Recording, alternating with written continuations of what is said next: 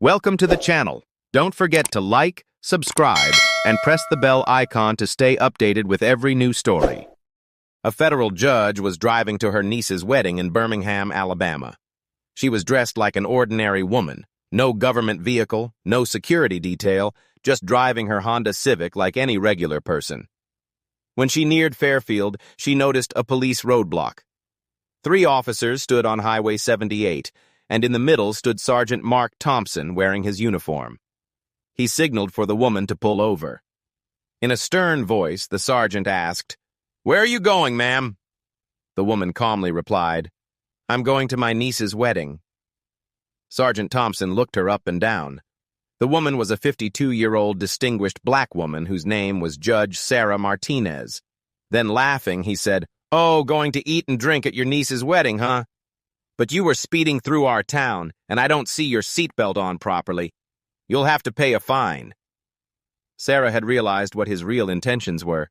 She said, "Officer, I haven't broken any traffic laws." "Oh, lady, don't try to teach us the law. We need to teach her some respect." Suddenly, the sergeant grabbed Sarah's arm roughly. "Too much attitude, huh? When the police say something, you're supposed to quietly comply." Sarah's arm throbbed from his grip, but she composed herself. Anger was visible in her eyes, but she remained silent. "Still got that attitude in those eyes. Time for a proper lesson." A deputy stepped forward and said, "Sarge, let's take her to the station." One deputy grabbed Sarah's purse. Sarah pulled back and said in a sharp tone, "Don't you dare put your hands on me or the consequences won't be good." The sergeant grew angrier. A deputy grabbed Sarah's shoulder and tried to push her toward the patrol car. Sarah cried out, but still she didn't reveal her identity. She wanted to see how low they could go. "Acting all high and mighty, huh? Now we'll show you what happens when you disrespect." At the badge.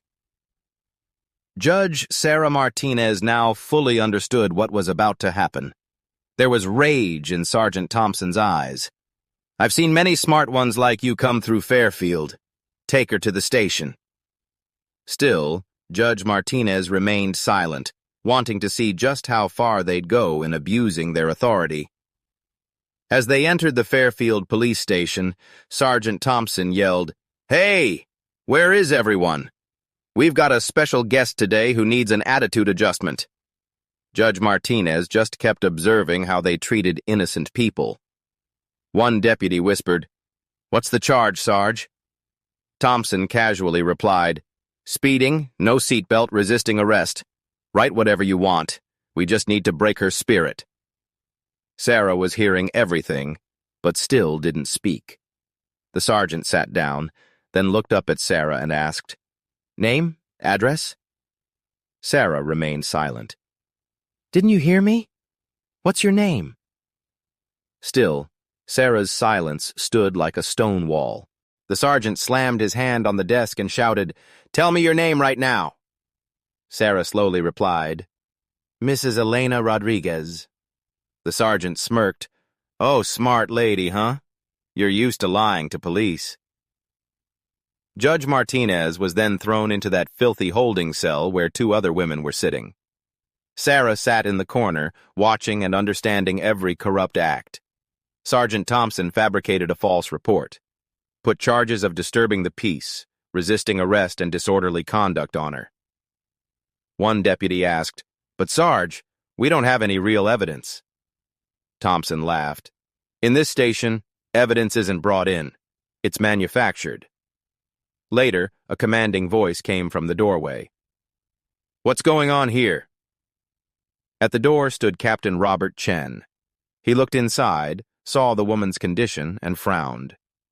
Thompson smiled nervously. "Nothing, Captain. Just some woman from Birmingham acting too smart." Captain Chen looked at Sarah carefully. Her behavior didn't seem like an ordinary citizen's. "What are the charges?" Thompson got nervous. "Sir, she was speeding and got hostile." Chen felt suspicious. He asked Sarah, "Ma'am, what's your name?" Sarah stayed silent. "Captain, she won't even give her real name," Thompson said. Captain Chen became alert. Put her in a separate cell. I want to question her myself. Sarah was moved to another cell, even smaller and more isolated. Then a deputy came running. "Captain, there's a convoy of black vehicles outside. Federal government cars." Thompson rushed outside, his eyes widening in shock. The deputy, shaking, said, "Sir, the U.S. Attorney General is here." Thompson's face turned pale. The Attorney General stepped into the station, anger visible in his eyes. "Sergeant Thompson, what kind of operation are you running here?" Thompson replied, "Nothing unusual, sir, just routine police work." The Attorney General read the AXT rest file carefully, then walked to the holding cell. "Ma'am, what is your name?" For the first time, Judge Sarah Martinez smiled. "The Honorable Judge Sarah Martinez, Federal District Court, Northern District of Alabama." Complete silence spread through the station. Everyone's faces turned ashen. Thompson's hands trembled. The Attorney General looked sharply at Thompson. "How dare you place false charges on a federal judge?" Thompson tried to speak, but Captain Chen shouted, "Sir, I told them something seemed off." Judge Martinez announced her verdict. "Sergeant Thompson, your career in law enforcement is over. You're under arrest for civil rights violations, false imprisonment, and abuse of authority." Thompson pulled out a document.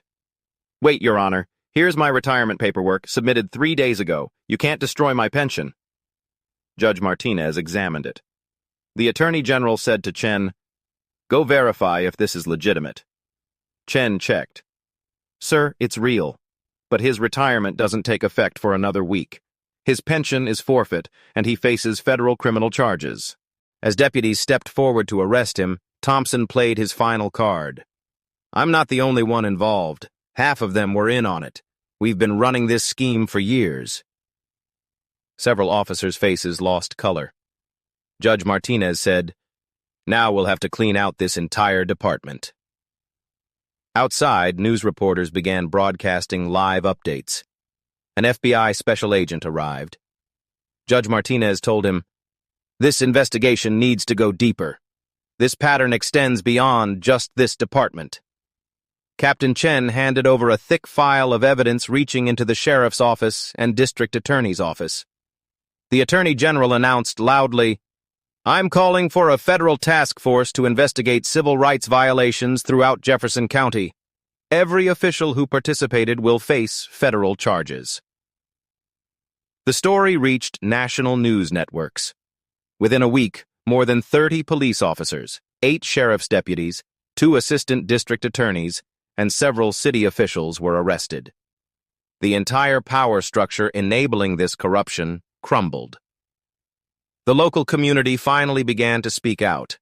Citizens came forward with stories of harassment and abuse covered up for decades. Judge Martinez's actions had shattered an entire network of abuse. There was now an atmosphere of accountability and genuine justice throughout Jefferson County.